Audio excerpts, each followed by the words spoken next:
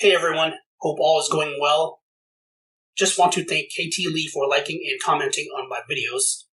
Please check out her channel if you haven't already. She tells scary stories in Hmong. I'll have a link to her YouTube channel in the description. KT, you should be getting your shirt by Saturday. If anyone else would like a t-shirt, just like and leave a comment in one of my videos. Of the free shirts I still have, I'm very limited on size. I only have one small, one extra large, and a few larges left. So first come, first serve. It takes a long time and effort to both write my own stories and narrate them myself. So if you appreciate what I do, please support the channel by making a purchase at the Pocket Shop or donate by leaving me a super thanks. Alright, so this story is sort of personal to me since it is related to something I'll share after the story. There's something that's been bothering me for some time, and I'd like to discuss it. Anyway, y'all know the drill. Share, like, comment, subscribe, and hit the bell notification so y'all can be alerted when the newest story gets uploaded. Without further ado, let's get on with the story. The Black Cat. One day I was over visiting my parents. We were all in the living room chatting it up when a black cat wandered in, surprising us with its appearance. We weren't sure how it got into the house or how long it had been inside. It didn't freak out when it saw us either. The cat casually strolled around like it owned the place. We tried to chase it away and were finally able to do so after about 30 minutes of scrambling around. The damned cat was quite elusive and was jumping on the couches and counters to evade us. After that day, my parents kept having lingering illnesses. Nothing life-threatening. They would get sick, feel fine for a few days, just to get sick again. It went on for a couple months until my parents finally had enough and decided to have a shaman perform a healing ritual. The shaman spoke to us after he was done. "Did your family encounter a cat inside the house?" the shaman asked. "Yes, a couple of months ago," Mom said. "Why wasn't anything done then?" asked the shaman. "We didn't think much of it. We figured one of the kids must have left the door open, and it got inside. It seems your late daughter-in-law was trying to come home, and the ancestors won't let her. They said she wasn't part of the family and refused to acknowledge her, so she was arguing with them and trying to get your attention.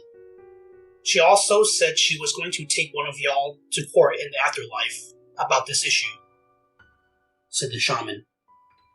Upon hearing that, we all looked at one another, wide-eyed, and I got goosebumps.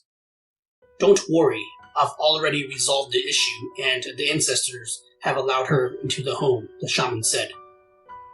My parents felt better after the ritual. You see, my sister-in-law, who was married to my older brother, was a Christian. Sadly, she had a terminal illness and eventually passed away. Before she died, my sister-in-law was going to church almost non-stop, hoping her health would get better. It wasn't until the very end that she decided for us to have her funeral service performed using the old way. Suffice it to say, there was a lot of drama with her family because of it.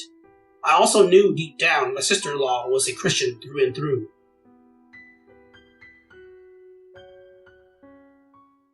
So, a similar thing happened to me. Some of you may know I lost my mom at the start of this year. Mom had been a Christian for a long time, despite being raised and growing up an animist. So in the end, she chose to have a Christian funeral. Weeks after she was buried, an associate called, saying she was looking for my family and couldn't find us. The associate added she was in a dark place and was really scared. About a week after that, I saw my mom in a dream. We were at a picnic with a bunch of my other relatives. It might have been a family reunion. While everyone was occupied with their own things, Mom and I had a conversation at her table. She was happy and healthy. Mom looked the way I remembered her when I was a boy, years before her illness. "How are you doing, Mom? Is everything okay?" I asked. "Everything is great," she said, smiling. "I bet you go wherever you want and eat whatever you want now, huh?" I asked. "Look at me. Is it obvious? I'm fat now." We both shared a laugh, and then I woke up, crying happy tears. I texted my siblings about my vision, and I'm sure they were happy as well. Then, just recently, about half a year after Mom's passing, a relative of mine who was a shaman mentioned to someone close to me that Mom needed money and they took care of it. Mind you, I didn't seek a consultation or anything like that. When I heard, I was very confused. Why would the deceased need money or food after they're gone? Especially if they were a Christian and had their funeral service conducted in accordance to their beliefs. So are they saying my dream was just a dream, and it doesn't mean anything, and that Mom is still suffering in the afterlife? If that was really the case, it didn't sit well with me.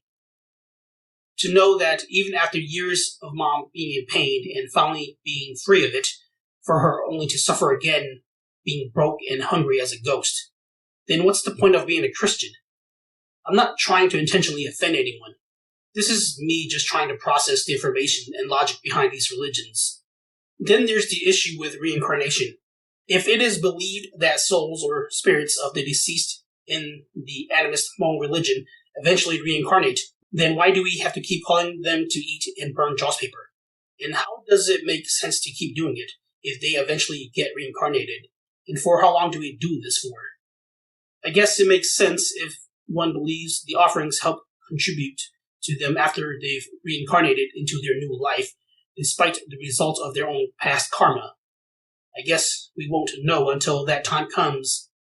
For me, I'm just gonna let the cards fall where they may. I'm not concerned about what happens to me afterward. What I am concerned about is the here and now. What I'm also concerned about is the welfare of my family after I'm gone. Not about being broke and starving as a ghost after I'm dead. Life is precious but fragile. Love those closest to you when they are alive, not when they're gone. Take it from someone who lost both parents and a child. Like the ancient one said in Doctor Strange, death is what gives life meaning. To know your days are numbered, your time is short. So get busy living or get busy dying. You choose. Anyway, sorry for this long rant. I normally don't share my life experiences with y'all. But best believe I share more than you know through my stories. This was something that's bothered me for a while, and I just wanted to get it off my chest and deeply think and process it. Before I go, I just wanted to say, if you can hear this, it's almost your birthday, Mom. Wherever you are, I hope you're doing well, as you said you were in my dream. I'll visit you soon. Love you. So, what are your thoughts and experiences on this topic? Please leave your comments below so we can discuss it. Peace.